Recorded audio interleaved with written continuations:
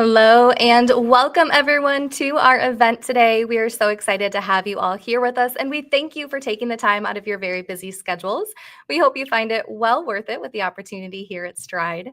Now, there is a chat box that is available during the live feed today. You're welcome to ask your questions, put in comments as we go along.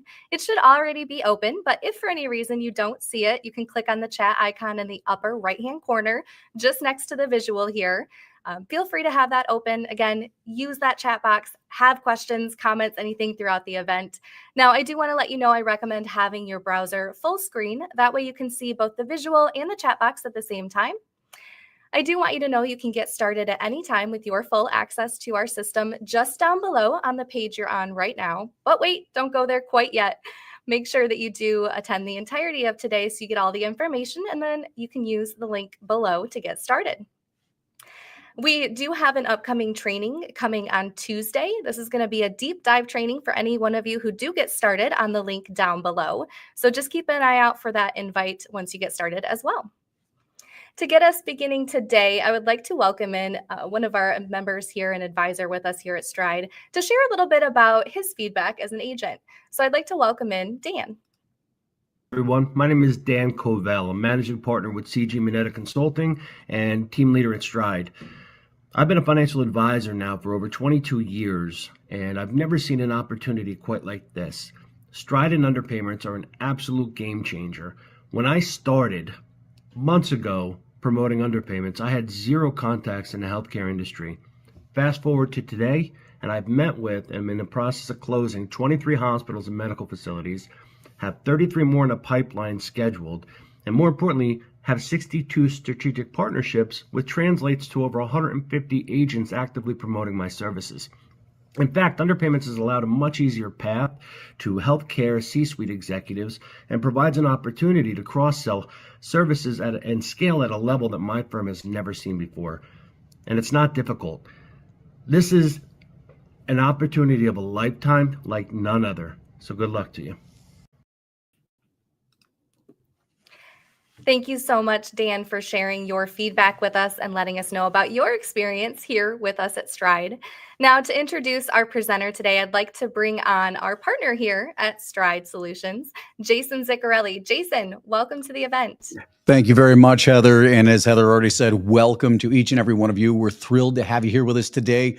Dan, as always, excellent job. Thank you very much for the intro. Thank you very much for, the high-level talking points about underpayments, about Stride. Of course, for each and every one of you, we're going to dive deeper today into Stride proper, as well as, really engaging in a deep dive focus on underpayments. Of course, that's the focus and thrust of today's call.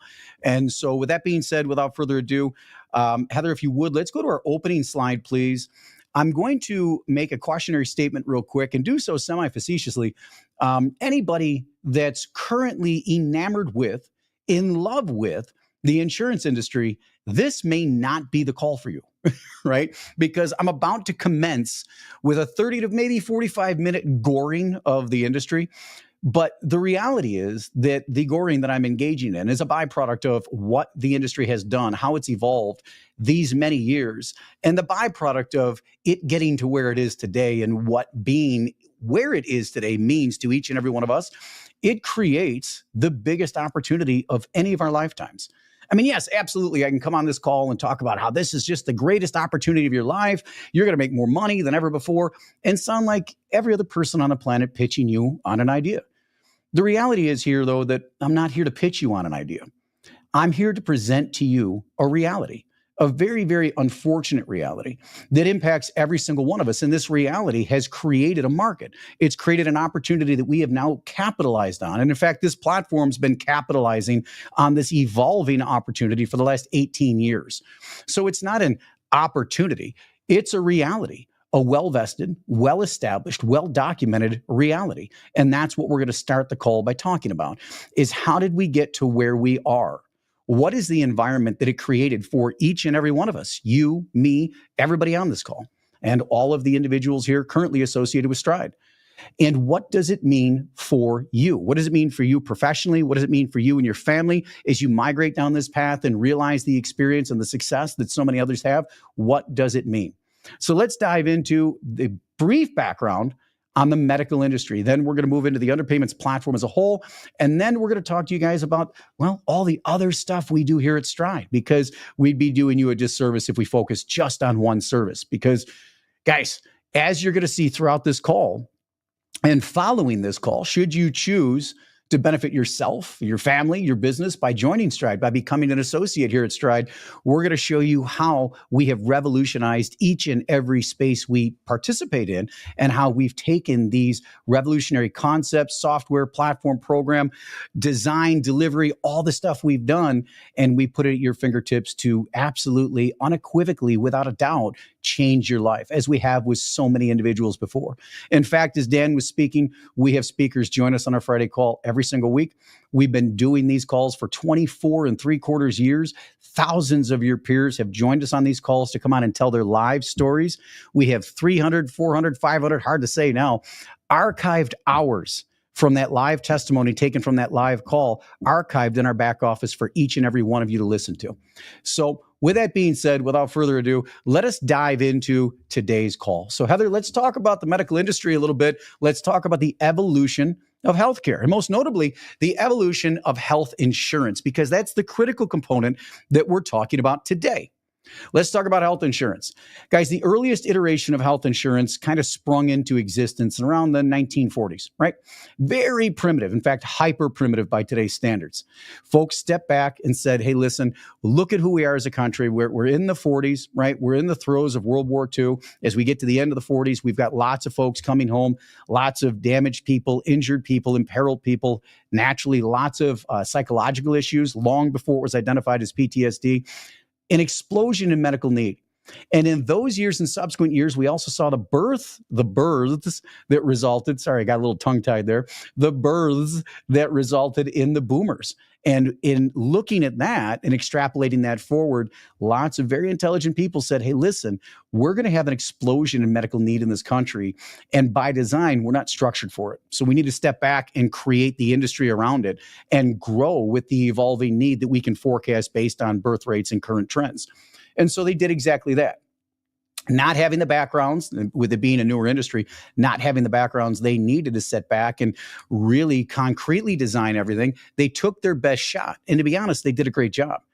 They started by creating tiers, akin to the tiers that we all experience today as we navigate the healthcare system and determine what level of coverage to buy for ourselves. But back then, it was infinitely more just simple and user-friendly. And the reality was, they said, hey, listen, if you have a low level of need, you're going to buy a low-level policy at a low-level cost. And it's not going to cover much, right? It'll cover catastrophic things and so on and so forth. It'll be commensurate with the money that you're spending.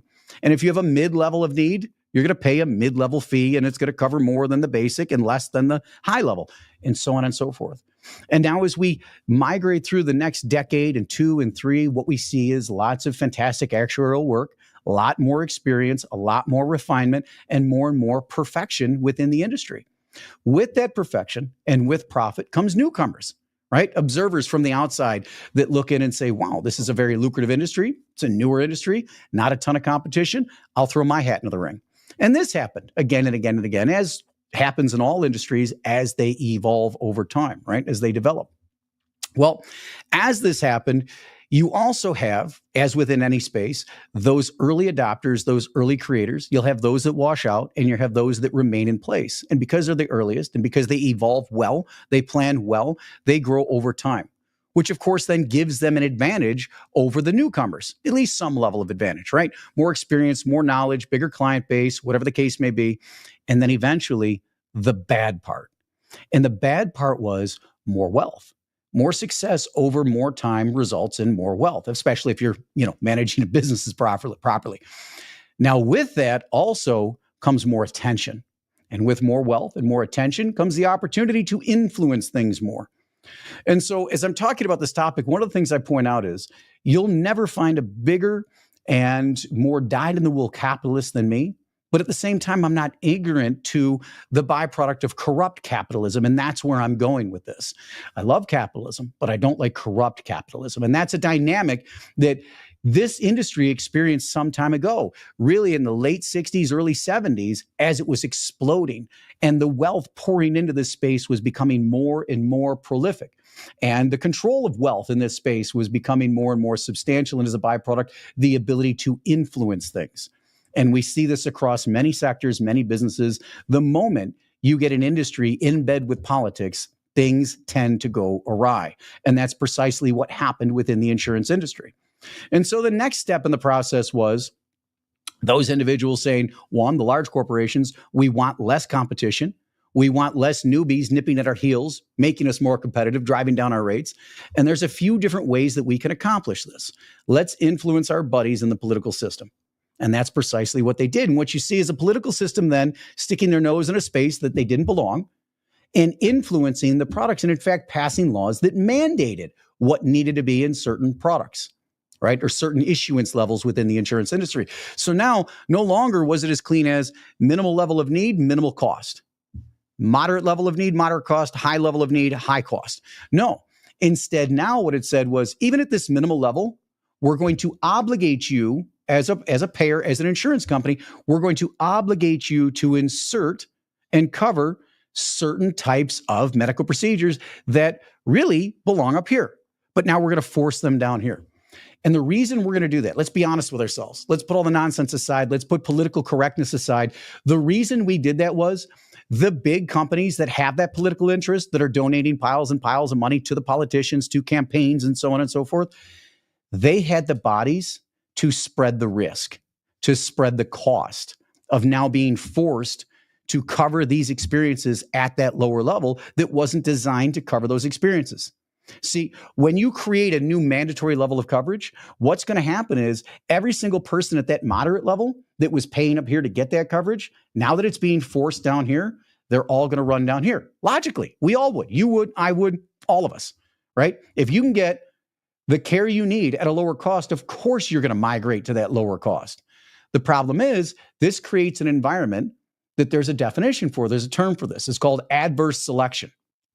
It means as you've created this product for a cross-section of society that it was designed and created for, you're getting a natural cross-section of those of society, of those individuals that can use that.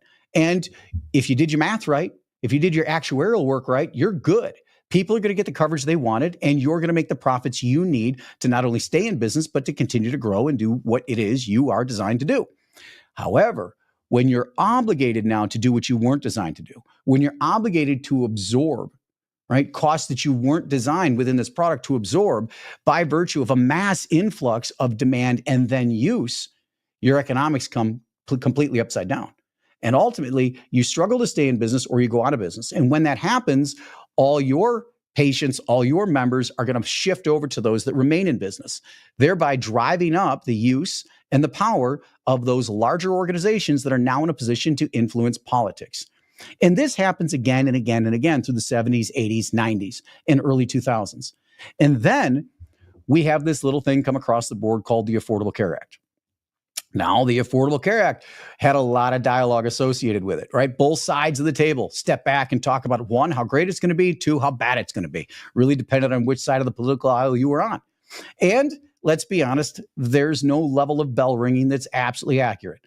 On the side that said how great it was going to be, well, we've seen the stats of the dynamics since then to suggest maybe they weren't quite right. And on the other side, they talked about death panels and everything else. And well, we haven't seen those evolve yet either. The truth is somewhere in the middle. And the truth is this: the Affordable Care Act, while it did provide coverage to many people and in an economic fashion that didn't have coverage before, the bulk of society, an infinitely larger percentage of we as a nation, we saw an explosion in cost. The byproduct of the remuneration, the monies going to our medical industry, collapsed, right?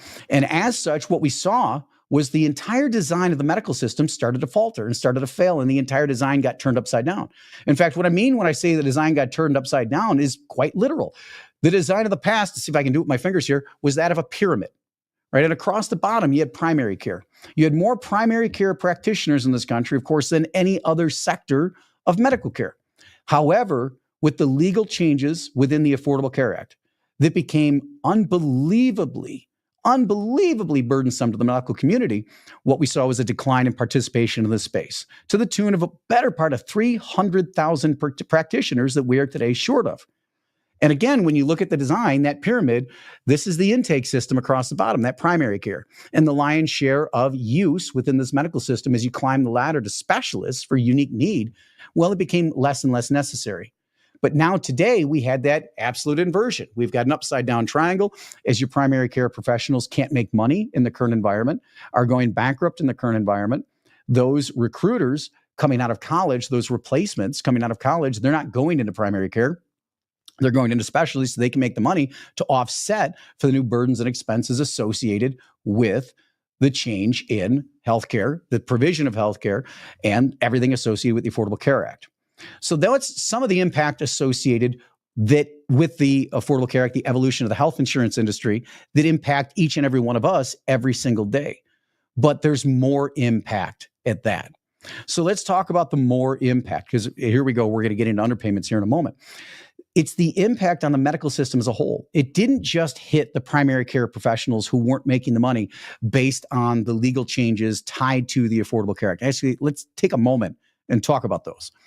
For example, what happened in the Affordable Care Act? Well, your remuneration schedule in many instances got stretched from 30 to 60 to 90 days. So I'm doing business today, I'm providing medical services today, and I need now to float that expense, not a month, not 2 months, but 3 months before I'm going to get paid. What do we want to call them? The benchmark thresholds, maybe even call them inflationary adjustments, though they're not called that in the industry. The benchmark thresholds year over year on Medicare, Medicaid, the government-sponsored programs that would increase what could be charged by the medical institutions, of course, because, we have this little thing called inflation. Year over year, life tends to get more expensive. Well, those went away as well. So now it's taking longer to get paid, right? Your incremental increases to cover incremental increases in reality in the provision of medical goods and services, well, that went away.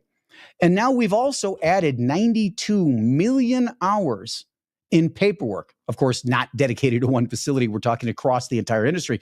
92 million hours of paperwork that have to be filed to make the same money they were making the day before the law passed. That's all pure cost, guys. Right? Paperwork doesn't get filled out magically, doesn't get filled out automatically. This is, again, a substantial burden placed on the medical institutions, all to get back to zero. Right? All this additional cost, all this additional time, all this additional burden, all this additional risk just to get back to zero. Now, what happens in addition to this when we burden the medical industry with 92 million hours of new paperwork they're not familiar with, they have no experience with, and that is wrought with potential errors as it relates to the remuneration, the money they're supposed to receive from the insurance industry, by contract for the work that they did. What happens? We find loophole after loophole, pitfall after pitfall that results in them not getting paid what they're supposed to get paid. What you're seeing on the screen right now are a volume of articles. If you do your own research, what you'll see is thousands upon thousands upon thousands of articles, of stories just like this, as we talk about the imperilment and the dangerous position that the medical industry is in today as a direct byproduct, an absolute correlation between this evolution I've just described, the Affordable Care Act, and what it has wrought in the form of damage on these medical institutions. And I'm going to flat out tell you, it's intentional.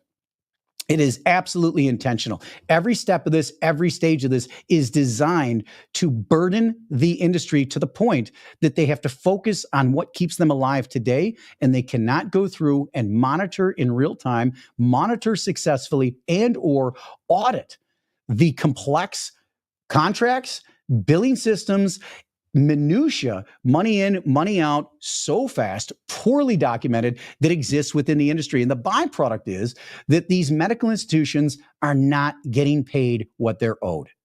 Massive, massive discrepancies between what they're owed, contractually documented, and what they're actually getting paid. The unfortunate reality is they lack the technology.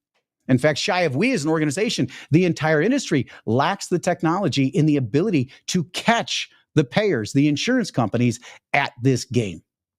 Now, we all know it, right? Very unfortunately, we just had a murder in the past week, and shockingly, volumes of society are actually okay with us, right? Now, again, I'm not going to get into the psychology, I'm not going to get into politics, but I'm going to point out when that reality exists, It demonstrates the depth and the scope of the provision and perversion that has occurred within this industry. And we all know it. We all feel it. The unfortunate reality is nobody knows what to do about it. Nobody has been capable of doing anything about it, again, until us. And we've got now this documented background, this 18-year track record of doing the impossible and finding precisely, identifying precisely with exacting data and exacting information and examples, what's happening, how it's happening, where it's happening, the sequence of it happening, and then being able to leverage that data and go out there and get this money back for these medical institutions. So Heather, if you would, let's go to the next slide. I think we've probably spent enough time on this one. Everybody's had ample opportunity to stare at and see and familiarize themselves. If you weren't already familiar with the depth and scope of the problem that our medical institutions, and by proxy, we as citizens and consumers of medical goods and services, the problems that we have, right, with this monster that we all need to fight back, which is the insurance industry as a whole. So what are medical underpayments? Medical underpayments are when the insurance company pays a bill sent to them by the medical provider, by the hospital, the surgical center, the medical facility, doctor's office, whatever the case may be, it's full spectrum, right? When they send the invoice, this is the payer, generic definition term within the industry for the insurance companies. So when I say payer, I mean the insurance companies. When the payer pays the bill, but doesn't pay all of it, or they pay the bill and they discreetly extract a percentage or all of it back out, or they pay the bill today and wait 6 months, a year and a half, 2 years, and extract it out as a component within ever flowing money in and money out, making it impossible, absolutely impossible for the medical provider to audit their own books and realize and understand in real time at all times, what was I actually paid? And was I paid in accordance with my contract? Right. Again, remember, their job is to provide you and me with the medical services we need to save our lives in an emergency. They are not equipped to be actuarial auditors, to be forensic auditors. They're not equipped to do that. And the industry, shy of we as an organization, has failed to step up and provide them with the support, the knowledge, the experience, and the software capable of doing it. Again, prior to we as an organization. And so what we're going to do is engage in each and every one of the steps you guys see on that screen. We are going to work with your clients, your relationships. We're going to help you forge relationships, assuming you don't have any today, no problem. You just heard Dan speak. When Dan spoke, he didn't have a single relationship in short order, dozens upon dozens upon dozens of relationships. We're going to take care of that with you and for you. That's not a concern. So whether you have the relationships, you're going to establish the relationships, what are we going to do? Easy as can be. We're going to train you on how to initiate the dialogue. Easiest thing in the world. And then after you initiate that dialogue, you're going to drive that individual, right, that CEO, whatever the case may be, whatever the relationship is, you're going to drive them to a call with us. And we're going to handle it from there. We're going to have a real simple conversation. We're going to learn about them as an organization.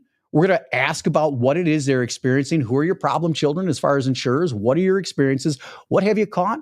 What do you expect? What are you aware of? What are you not aware of? Now let's talk about who we are and what we do. Real simple. We're going to engage in, again, that casual conversation. We're going to talk about this process you see on your screen now. And the process is unbelievably simple. Unbelievably simple. We're going to come in and we're going to have you give us what you want us to audit. First, actually, let me step back for a minute. Everything we do, guys, we do on a contingency basis. No risk to anybody, but we as an organization. We're the institution that puts our money where our mouth is. No risk to you, no risk to your clients, no risk to anybody but us. We're the experts at doing what we do. We know where the risk lies, and we're willing to take it because we know what our history, what our pattern of success is, and we're not concerned at all. We know this space. We know the depth and scope of hemorrhaging that exists. We know the billions upon billions of dollars that are contractually due and not paid every year. We've no concern whatsoever about going after this on a contingency basis. So simply put, we're not going to go into their systems. We're going to train them how to extract from their systems what it is we need to do our work. So security measure number one, we're not in their systems. They give us the data, comes into our secure system. We're going to run it through our proprietary software. Our software is going to tell us where their hotspots are. right? Our software doesn't exist anywhere else in the market, nothing like it. And its design at stage one is to tell us where are your hotspots. Hotspots, by definition, guys, these are the billing codes under which we see the lion's share of the underpayments. We're going to see them everywhere. But again, because we're a contingency-based model, we don't have the luxury of chasing pennies, so we're not going to. We want exacting focus. So I'm not looking for the pennies here, the pennies there. I want the bulk of the money. Where is the bulk of it? What are the isolated, the limited billing codes under which we see 90, 91, 92, 93% of the aggregate? Not the number, but the aggregate value of these underpayments. We want to know that data. We're going to throw all the rest out, not concerned about anything else. Additionally, there are peaks and valleys over time in the occurrences as they exist as far as underpayments go. Again, I want to focus on the peaks, not the valleys. Once we have that data, now what we're going to do is we're going to rebuild software for that medical institution from the ground up, a complete piece of custom software. We're looking only at underpayments, none of the other facets or aspects of revenue cycle, just underpayments. We're only going to look at those billing codes that the software told us to look at. We're only going to look at the windows of time relating to those billing codes that it told us to look at. We're going to bake in their contract terms and nuances. We're going to bake in their medical procedures. We're going to bake in their invoices. We're going to bake in their receipts. And now we have this absolutely perfect, precise piece of software, and we're going to run it again. And now we're going to have our quantified and qualified results. We're going to be able to tell them precisely where, when, how, at what frequency, in what fashion, in what pattern they were underpaid, and to what extent, and what we can do about it. Now we're going to enter what we call our perfection process. We're going to go and grab subsections of each billing code that exists that has underpayments in it, and we're going to get them paid, them being the medical institution. This is our proving out period. This is us setting a trap for the payers to set legal precedent for the aggregate to come back and get a massive settlement down the road. Let's talk about what this means. When I say we're going to get them paid, I mean the medical institution. The money's going to come straight to them. Nothing's going to funnel through us. Another security measure for them. So 1, we're contingency. 2, we're not disrupting their revenue cycle. Do what you do, and when you're done, when you're ready to walk away, when you think you've squeezed every penny and there's nothing left, now give it to me, and we're going to go find more. In fact, let's park for a moment and talk about the find more. You guys, what we find as a mathematical mean is 22%. We'll let that sink in for a second, guys. 22%. What that means is this. For every $1 million, the hospital, the medical institution, surgical center, doctor's prep, whatever the case may be, for every $1 million they've been paid, I expect to go in and find another $200,000, $220,000 they're owed. I want you to think about that for a moment. Any and all of our would-be competitors, and by the way, there are no competitors. There's nobody out there that purports to focus only on zero balance and do what we do. Everybody else, they want to sell you software. They want to be your revenue cycle organization. They want to do this, that, and the other. And oh, by the way, we can probably do something about your zero balance. And this is represented not in what I say, right, and how polished I may be. It's represented in their own advertising, in their own focus, on their websites, and in their own activity. What do they say?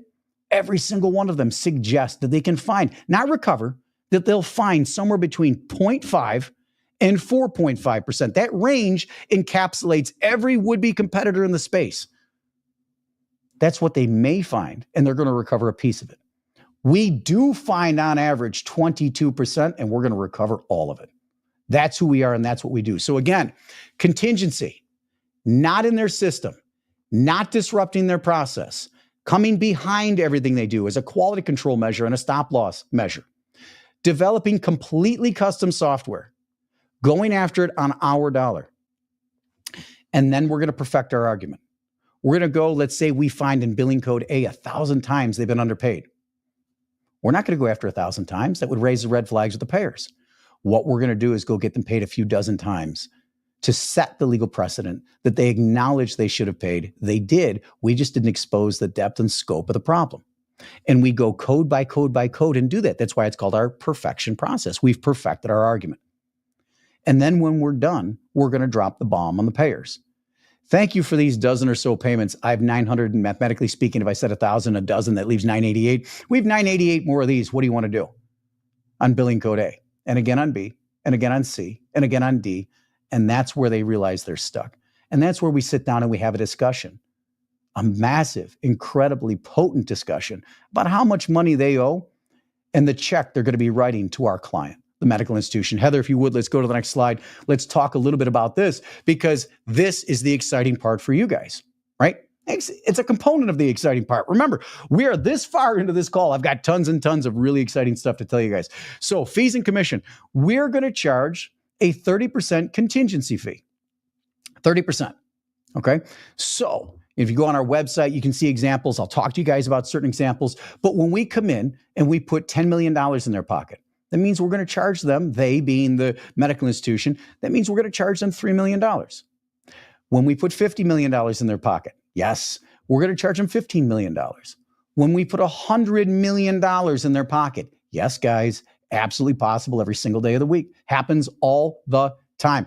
In fact, don't take my word for it. You can look around the internet, see class action lawsuits. You can see a lawsuit against Blue Cross Blue Shield down in Louisiana just a couple of months ago for $400 million with one hospital at one facility that they owed. That's how blatant and how egregious this situation is. And again, this is what we uncover. So yes, when we put $100 million in their pocket, we're charging $30 million. When we put $500 million in their pocket, we're charging $60 million. And you can see on the screen, what are we paying you guys? 30% of that. 30% of $1 million, of $10 million, of $50 million, of $100 million, and so on and so forth. This is the most lucrative one-shot transaction of your life. But the great part is it doesn't have to be one shot, right? We are the entity, we're the strategy, we're the service that addresses the most viral and most detrimental need that these institutions have.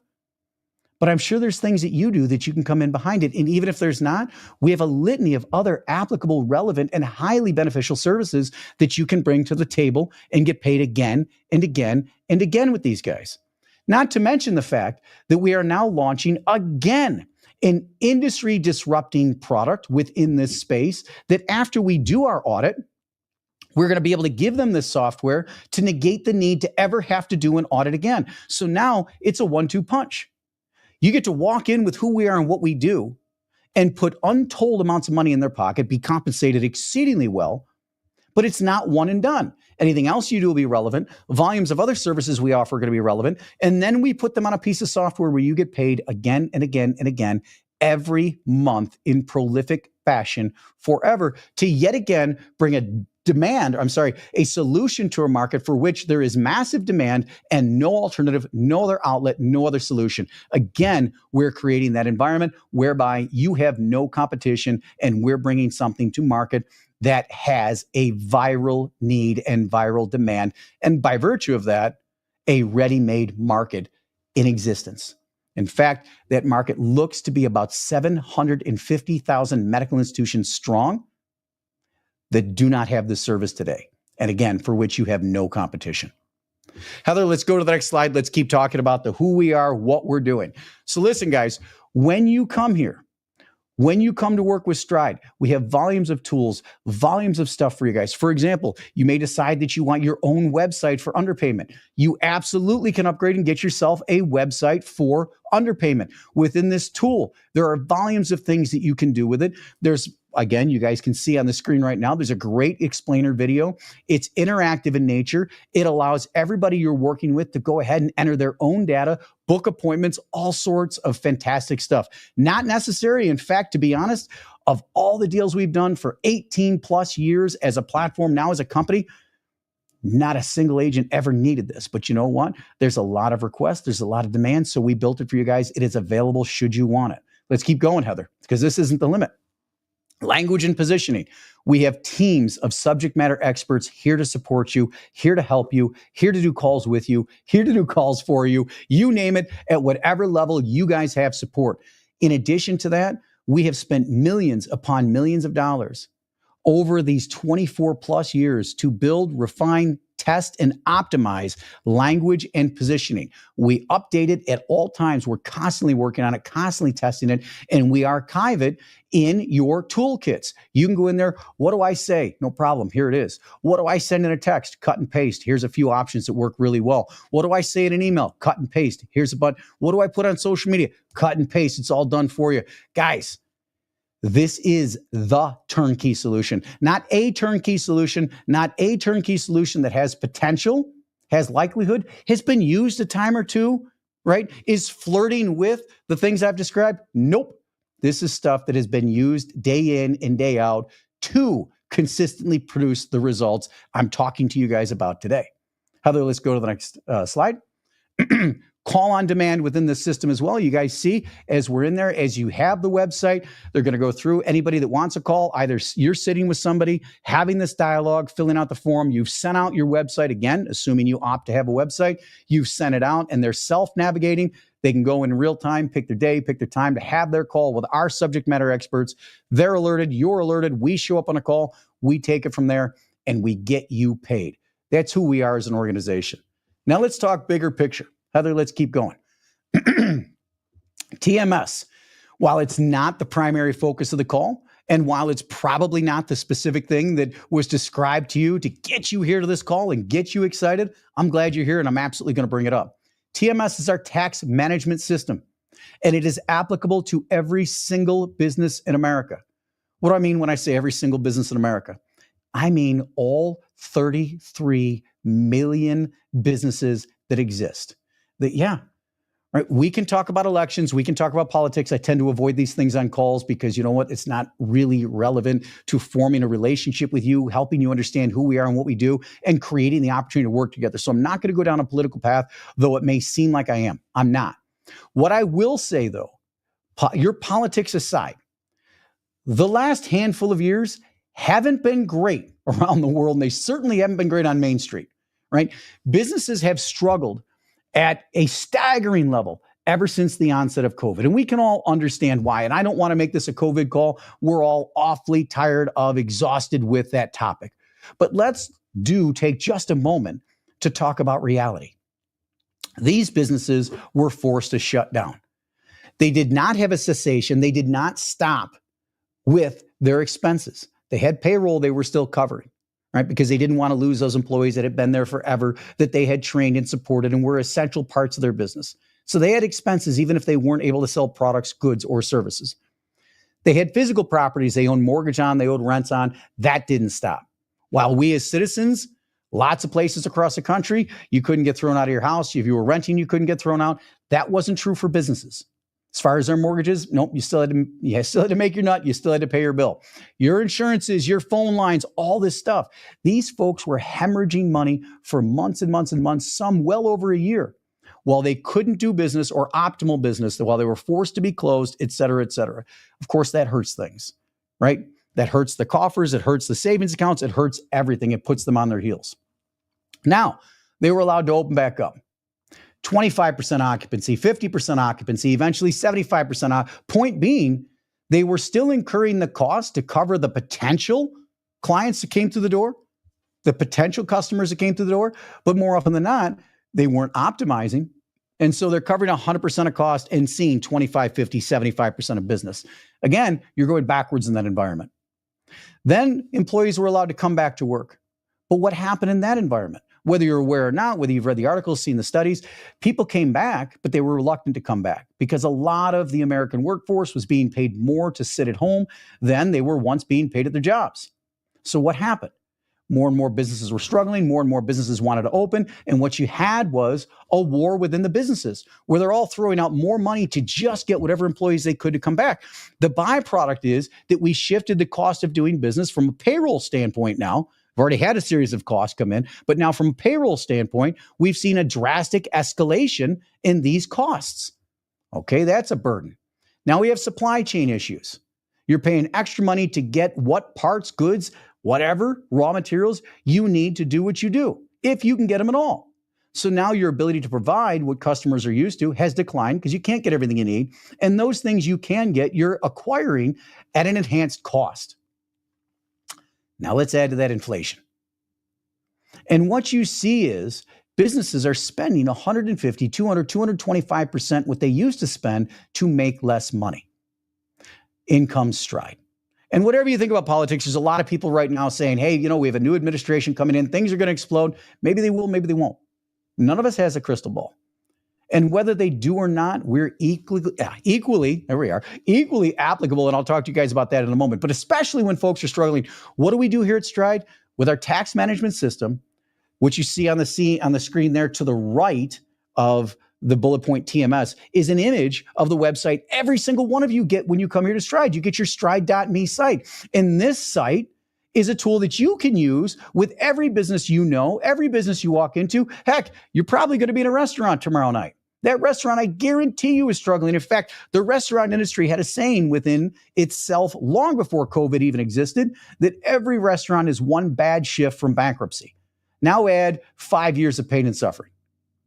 Right? So this piece of software you can run, you can put it in anybody's hand, they can self-navigate, and they can see without disruption, without downtime, without changing vendors, without changing professionals, consultants, employees, by doing nothing. Run the software, and there's a litany of tax and expense mitigation things that we can engage in on your behalf to put tens of thousands at a minimum for a tiny little facility that is a unicorn that's already done a series of these things. Note that I said unicorn, they never are. Tens of thousands at a minimum. Generally speaking, hundreds of thousands to millions of dollars. Again, yes, we can put in their pocket. Again, on a contingency basis.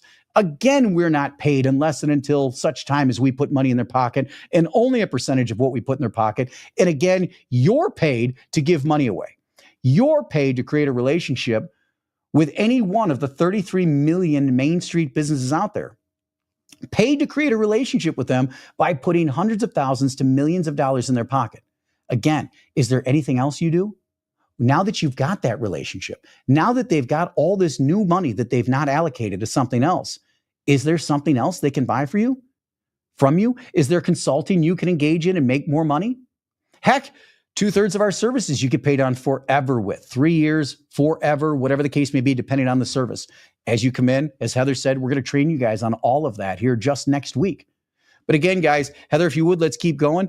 It's not just the applicability. It's not just the ravenous level of demand. It's not just the ability to come in on a contingency basis, put all their money in the pocket. It's the hand-holding the business in a box. What do you want to say? We've said it for you. What do you need to send? Here it is, cut and paste. What do you want to text, verbal, email, whatever, social media content. In fact, our tools and our social media content are so potent.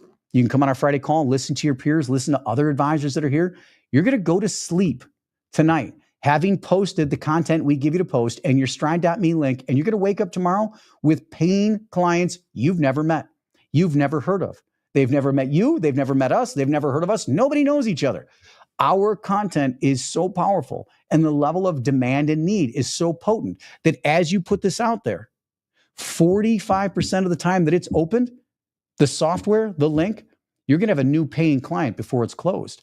Think about that level of potency. Think about that power and what you can do with that in conjunction with your own efforts, your own relationships, your own connections. Listen, guys, for the first time in your life, your reality is such that every single person you know is hundreds of thousands to millions of dollars to revenue to you and to them. Everybody you know has a job. Everybody you know is connected to a business. Within the everybody you know are the actual business owners, the managers, the professionals that work with these locales, and none of them can do what you now can do.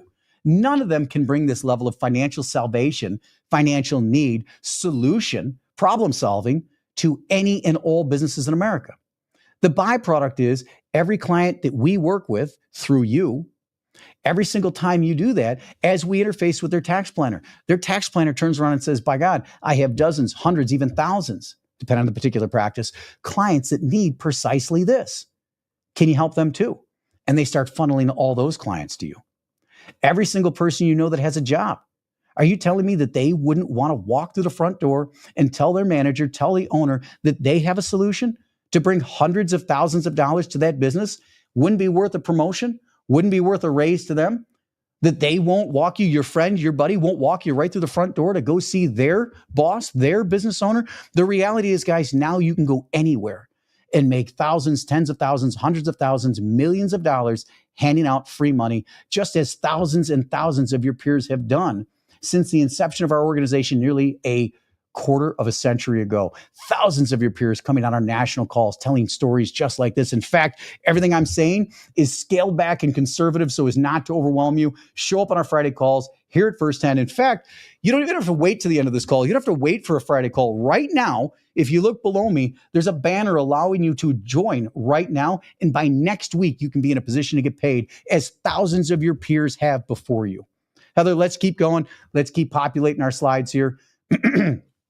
So guys, this is it. In fact, believe it or not, I am long-winded. I've done the best I can to keep it reined in. We're about to wrap up. Everything else, guys, we have our tax management system. We have our marketing toolbox. We have our Stride retirement program, for which I personally filed a provisional patent on over 18 years ago. The average commission on the average case is $162,000 to each of you guys. Now, listen, underpayments is exciting. Underpayments is fun. Underpayments, I would wager, is the only platform in your life you stand to potentially make $1 million or more in a single transaction for doing nothing but queuing up a phone call. But how exciting is it that you can come in and sell something like SRP and make $162,000 in a shot? How exciting is it that you can hand over a piece of software? In fact, you can put it on the internet, go to sleep and wake up and have a new paying client that you're going to earn commissions in the tens of thousands, thousands to tens of thousands, hundreds of thousands of dollars off of. And that one client is going to result in new relationships with other professionals who are going to hand you dozens, hundreds, even thousands of their clients to then exponentially explode, right? That revenue that I'm talking about. IES, integrity exit strategies. As we're working with these businesses, as you're getting out there, getting the software out and doing all the things we do, the day is going to come that they're going to want to transition out. Ownership is going to want to transition out. And now you're in a position to get paid on all the different components of what we do there. Guys, there's so much here available for you here at Stride that, let's be honest, you'd be out of your mind not to give it a shot. In fact, we're making it so simple, easier than ever before to give it a shot. You've got the link below. Use it. You're going to get an email here. If you haven't gotten it already, jump in and use it. We're, in fact, stripping out our costs. Our costs are insanely cheap. $29 a month to get started. You're going to get your stride.me tool. You're going to get your Stride website. If you choose to upgrade and get your underpayments website, great. You're going to get your subject matter experts. You're going to get access to team leaders. You're going to get your discovery calls on demand. You're going to get everything I've described inside this call and infinitely more. Guys, I haven't scratched the surface of who we are, what we do, the hundreds of hours of voice testimony for proof of concept, the hundreds of thousands of case studies that have been covered on our calls that you get to see, witness, and participate in real time. This is who we are. This is what we do. Guys, we're excited to work with each and every one of you. Thank you very much for taking time out of your schedule to join us on this call. Get in, get signed up right now so that you can be trained first thing next week, and you can lay, in the weeks that are left, you can lay the foundation for 2025 that makes it the biggest year of your career. In fact, the heck with the biggest year of your career. How about we hit numbers in 25 that you never thought was possible, that you never thought was attainable, that you never saw an outlet to even hit 10% of? Join us, participate with us. Get on these calls with us, engage us, and watch your life change as it has with so many of your peers. Again, thank you all very much. We look forward to working with you, and we'll talk to you soon. Goodbye.